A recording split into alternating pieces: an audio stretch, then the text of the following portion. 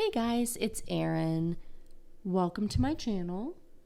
For those of you that know me, you know that not only am I a Michigan resident, but I also enjoy a good true crime show or podcast. Now, true crime is something that's always kind of interested me. I find that a lot of the cases that I hear about or that we hear about in the news tend to happen outside of my state. We get a lot from Wisconsin, quite a few from Ohio, but I never really hear any from Michigan. So I decided that I was going to start a series on my channel where I talk about cases in Michigan that either happen near me or, throughout the state, so that way we can bring some attention to those cases and whether or not they're cold cases or what. Well, we're going to talk about it. The first case that I have today is actually one that my dad used to talk about when I was younger. He made frequent comments about it when I was growing up about how he, knew this family and went to school with the person that committed this horrific crime. And it was always kind of something that I thought about, it would pop up in my head and I'd be like, oh my gosh, one of these days I'm going to look into it. And then I'd kind of forget about it. But I never really sat down and researched it until I had this idea. And then I kind of called him up and I was like, Dad, what was the name of, the gentleman that did this awful, awful thing to this family? So without further ado, I am going to present to you the Giuliani family. The Giulianis were a family of 5. Bet, the mother, and Richard, the father, were loving parents to 4 adopted children. Richard worked in Warren at the General Motors Tech Center. He'd worked there for 13 years. I couldn't find much information on Bet, but according to my father, who knew the entire family and the suspect in this case, he said that she was a kind of a stay-at-home mother, a homemaker. She just kind of took care of the 4 children. The youngest 3 children were Kathleen, who was 16, Cindy Jo, who was 13, and Dino, his name was Dean, but he went by Dino, who was 9. Eric was the oldest son at 19, and he was enrolled in the local St. Clair County Community College, while all of his brothers and sisters were enrolled in the Yale Public School District. Before they lived in Brockway Township, which is right outside of Yale, they had moved from K-Pac 9 years before that, and then before K-Pac, they had lived in Warren, so they were closer to their dad's work because that's where the GM Tech Center is located. The reason for their moving away from Warren and K-Pac was that they wanted to minimize their exposure to crime in the local area. They had seen an uptick in petty crime, theft, break-ins in cars, things like that. And they wanted to kind of remove themselves from that situation. Now, unfortunately, no amount of their moving away was able to keep them out of crime's way. Tragically, this event took place in the early morning hours of April 7th, 1982. Richard left for work at about 4:30 in the morning. And because he worked so far away, he had to leave at about 4:30, 4:45 to make it to his job for a 6 a.m. shift. The time of the murders wasn't definitive, but they speculated that it was sometime between 4:45 a.m. and 8 a.m. Eric, the oldest son, his former friend, and him, they had back then, I guess it would have been considered like a small business. What they did is, muskrats are really prevalent in our local area. And they would trap the muskrats and they would sell their pelts to a trader who was out of Sandusky. The two of them kind of had a falling out. Jimmy Porter, who was at the time Eric's friend, he was 16 years old, also enrolled in the Yale Public School District, in the same class as Kathleen, the oldest sister, and my father. My dad had classes with both of them, actually.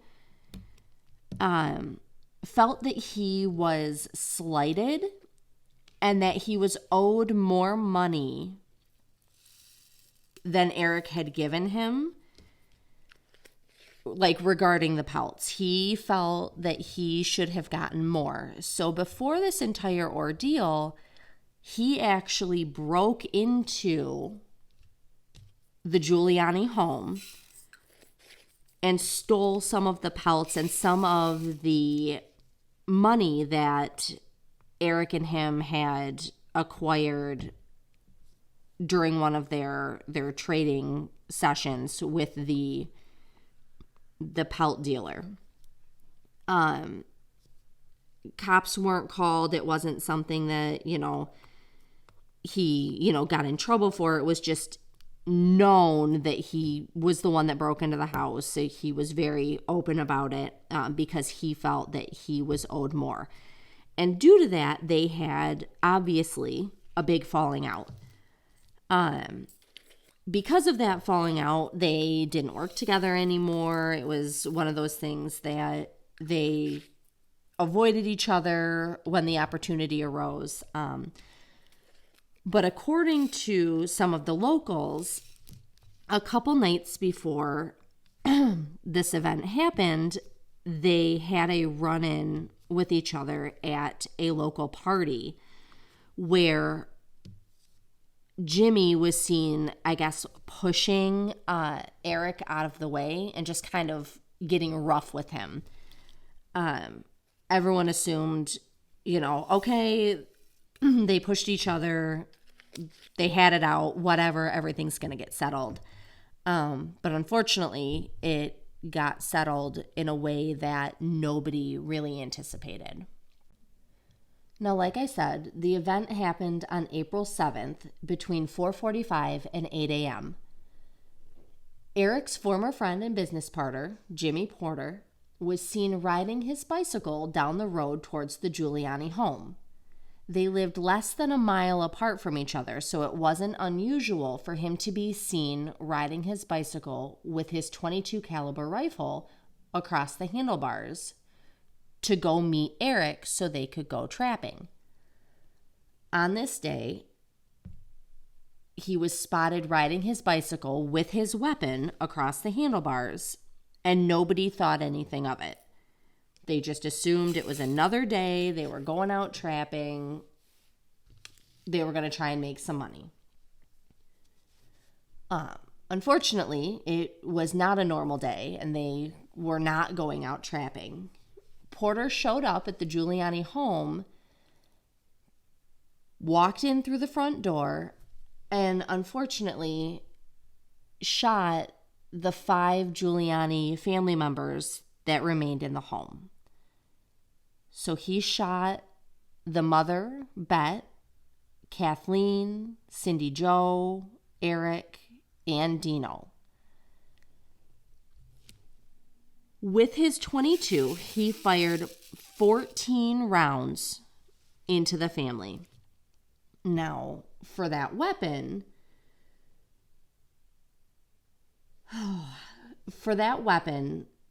it only held 10 rounds, which means he finished firing, took the time to reload, and then proceeded to fire 4 more shots.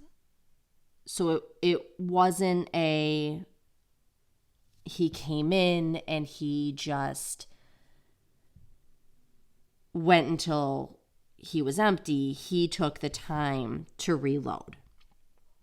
Upon examination of the bodies, they discovered that of the 14 shots, 11 of them could be found within the bodies. Now, this is speculation and it's hearsay.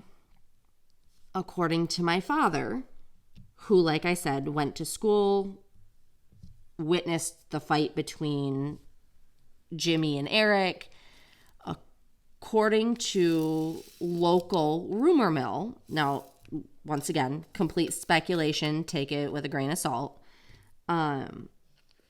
it was stated that Jimmy went after the entire family, all of the older siblings, the mother, and left the youngest son for last.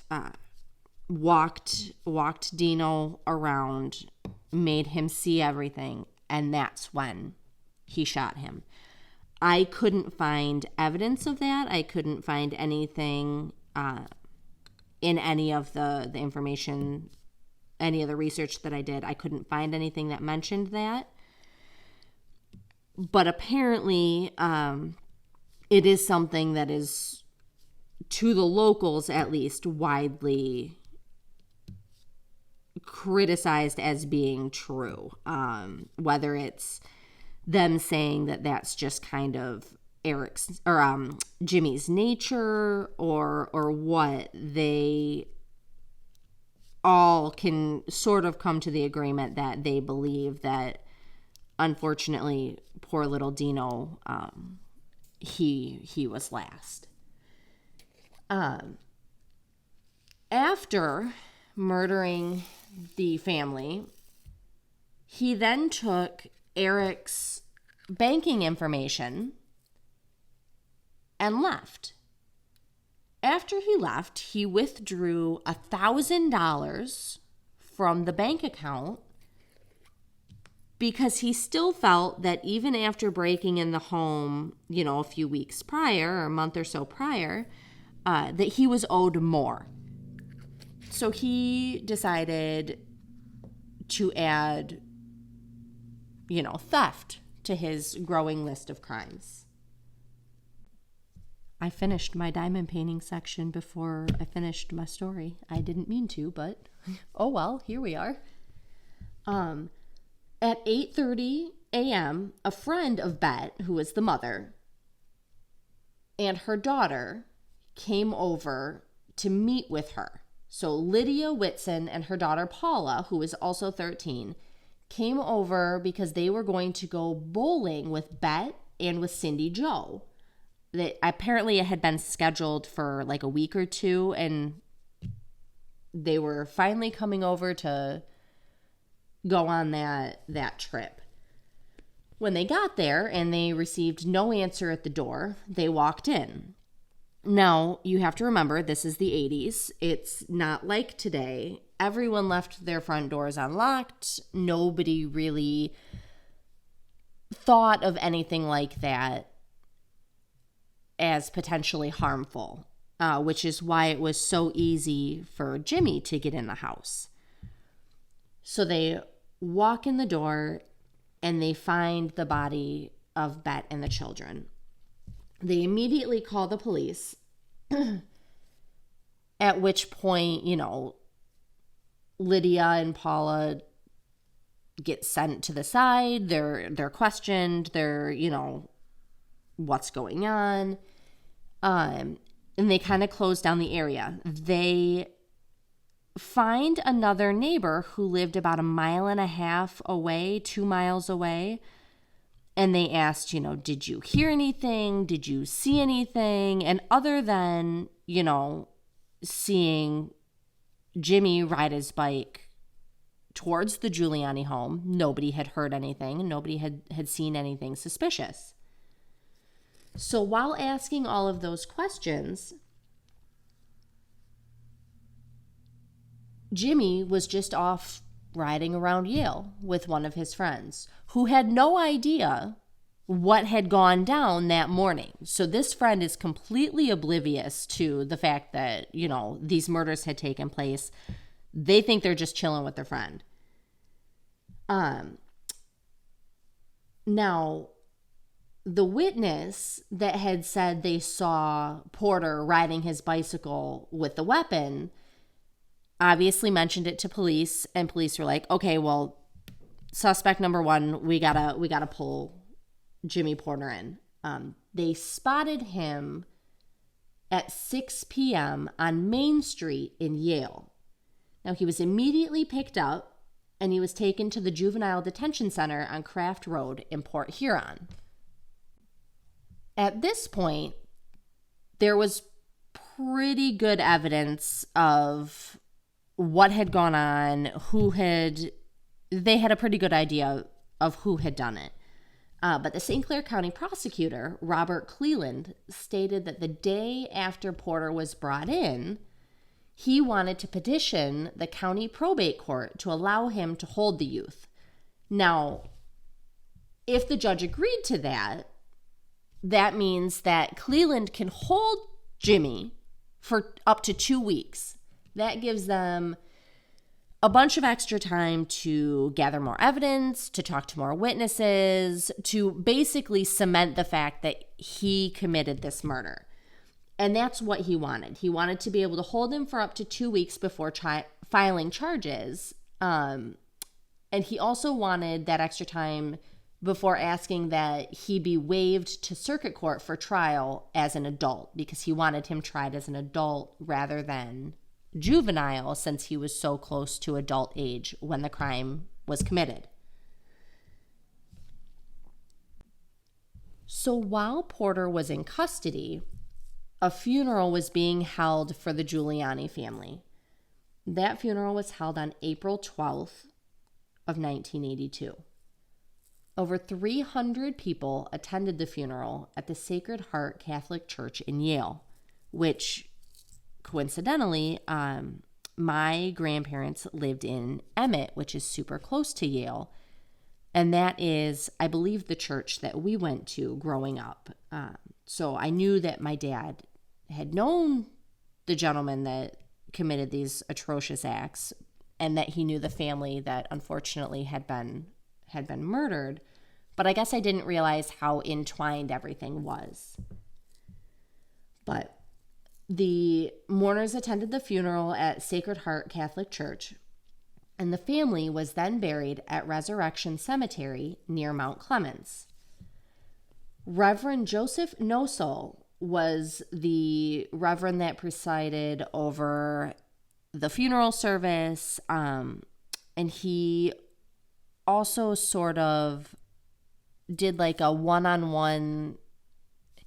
If you're a part of a church or anything like that in a small town where everyone knows each other, they basically act as like a grief counselor, and they kind of talk you through everything. And that's what he did for Richard, the father. Richard wanted him to go to the family of Jimmy Porter and tell them that he, quote, holds nothing against the Porter family and the other Porter children, end quote. Nosol also went on to urge the community that they needed to forgive 7 times 7 times 7, which I don't know what that means. It was something I'm not going to lie, I forgot to look up. But he told everybody that, was there, that Richard told him, quote, I know my family is happy, pray for them, end quote. So while the funeral is going on and everyone is trying to kind of get their lives back, Jimmy Porter is still in jail. On June 28th, a hearing was scheduled to figure out whether or not he was going to be tried as an adult. They held off the 2 weeks, like I said, to before filing charges, basically just gathered everything and then took it to the circuit court judge, and they were like, no, this is what we think. We think that he should be tried as an adult. Based upon that hearing, it was determined on July 12th, so 2 weeks later, by probate judge Robert R. Spillard, that the juvenile jurisdiction over Porter be waived, and he ordered him tried as an adult. Now, even with all of this evidence, even with everybody at this point knowing that he had done it, Porter still pled innocent. And the charges that were brought against him were 5 counts of premeditated first-degree murder and 5 counts of possession of a firearm during the commission of a felony. I mean, I get that they wanted to kind of get him on as much as they could, but the last one, the possession of a firearm during the felony, even if he got convicted of those, I believe it's only a year or 2 additional that would have been added to his sentence. So I guess I don't really know why they tacked that on, but they did. Unfortunately, the trial didn't even begin until November 2nd. So they went like 4 extra months, 3 or 4 extra months before he even got in court and started a trial. And then the trial itself took 8 or 9 weeks. So it was a long trial. I know that they called a bunch of friends of Jimmy and Eric. I know that they discussed the falling out that they had over the compensation for the pelts. They obviously called Lydia and her daughter to testify, about finding everybody. They called law enforcement officers, ballistic experts, the gentleman that had seen Jimmy on his bike. They called a lot of different witnesses, which, like I said, they had a substantial amount of evidence that I don't want to say that this kid did it, but I mean, technically he was a kid. After the entire trial, closing arguments, everything, on February 9th of 1983, so at this point, we're almost a full year after the murders took place. We're about 2 months shy of a full year here. The circuit court jury found James Dewey Porter guilty of the 5 counts of murder in the first degree and the 5 counts of the felony firearms weapon charge. Now, on April 26th, so still another 2 months, it wasn't until then that he was actually sentenced. So they found him guilty. They took him back to jail, and they were like, we're going to wait 2 more months, and then we're going to sentence him. So on April 26th, he was sentenced to 5 consecutive life sentences. He is currently being held at Bellamy Creek Correctional Facility in Ionia County, and he will remain there until the day that he passes away. Now, shockingly, Porter did make it back in the news when in 2016, Michigan's Supreme Court made a ruling that juvenile offenders who had been sentenced to mandatory life in prison without parole must be resentenced. He got sentenced to 5 of those. I'm going to read you exactly what it says because it's a doozy here. So Michigan Supreme Court stated that it was considered cruel and unusual punishment for minors to have that sentencing. The ruling impacted 4 Michigan cases, which included Raymond Karp, Tia Skinner, Michael Hills, and James Porter, Jimmy. Under the ruling, factors related to the offender's age must be taken into consideration before imposing a sentence of life without parole, such as the juvenile's immaturity, family and home environment, circumstances of the homicide and involvement in it, and how they handled contact with lawyers, police, and prosecution. Prosecutors will have to decide when a case merits requesting a life in prison without parole and when to request a sentence of a term of years. So I don't know what merits that. There wasn't really an answer. I guess because this was considered a mass killing, it would fall under the, basically he gets like life without parole, rather than if it were second degree murder or, a defensive murder, something like that. Maybe then they would request a term of years rather than life without parole. But if a case is not selected to be argued to be maintained as a life sentence, it will be sent back to circuit court where the judge will sentence the defendant to a minimum of 25 years and a maximum of 60. So basically, manslaughter, they go in, they request a term of years, and the judge is like, you get 25 years, or you get 47 years. At that point, I guess it's like dependent upon the judge.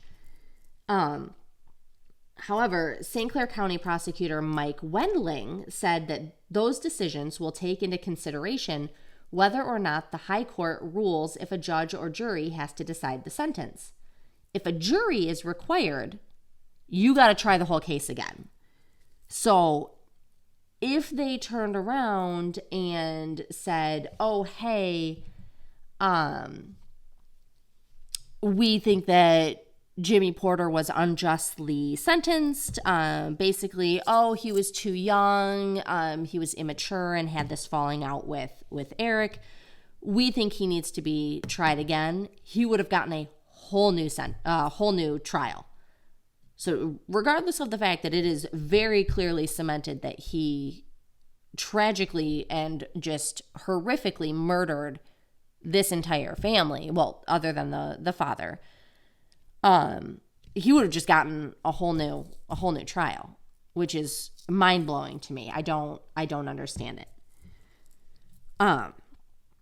Sadly, Richard Giuliani, who lived out the rest of his life, he did get married again, I believe had 2 or 3 other children, paid respects and his love and everything to Bet, his first wife. Sadly, on July 21st of 2021, the remaining surviving member of the Giuliani family, Richard, passed away due to Alzheimer's at the Meadowlodge of Yale. And he is currently resting near his family at the Resurrection Cemetery in Mount Clemens.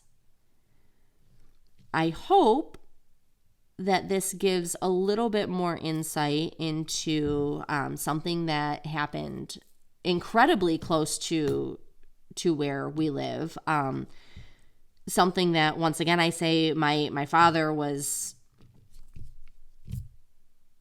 I don't want to say involved in, but he had classes with Kathleen and with Jimmy Porter. He, actually knew them, and it's been a case that, like I said, he had mentioned time and time again as just being awful and just terrible. And it is. I'm not saying that it isn't, but it was definitely interesting to finally get a chance to research it and see exactly what he was talking about. I hope that you guys enjoyed this, and if there's any Michigan cases that you would like me to research or, look into, absolutely leave me a comment in the comment section.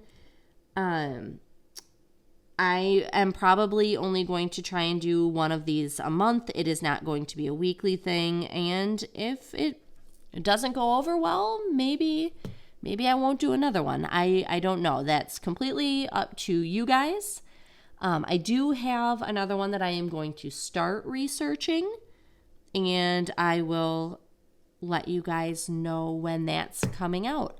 Please don't forget to like and subscribe and comment and do all the things. Check me out on TikTok. That would be awesome as well. I do go live every Tuesday and Thursday. And I am Diamond Art Obsessed on TikTok as well. But otherwise, I hope you all have a wonderful morning, day, evening, night, whatever time of day it is. And I hope that you all stay safe. Have a great night. Bye.